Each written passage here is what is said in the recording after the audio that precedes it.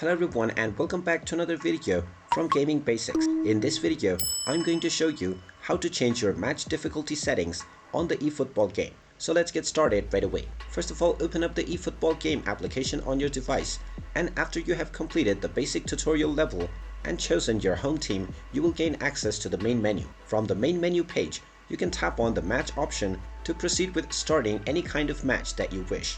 Now, once you have chosen your team and proceeded forward, you will gain access to the screen where you can choose your strategies. Now, from within this page, you will find the gear icon at the bottom left corner. Just tap on this and you will find the settings option.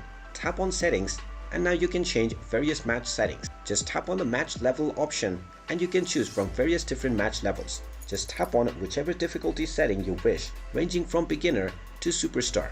Now, beginner means easy and superstar is the most difficult, so make sure that you choose your match level based upon your abilities and then tap on the done button.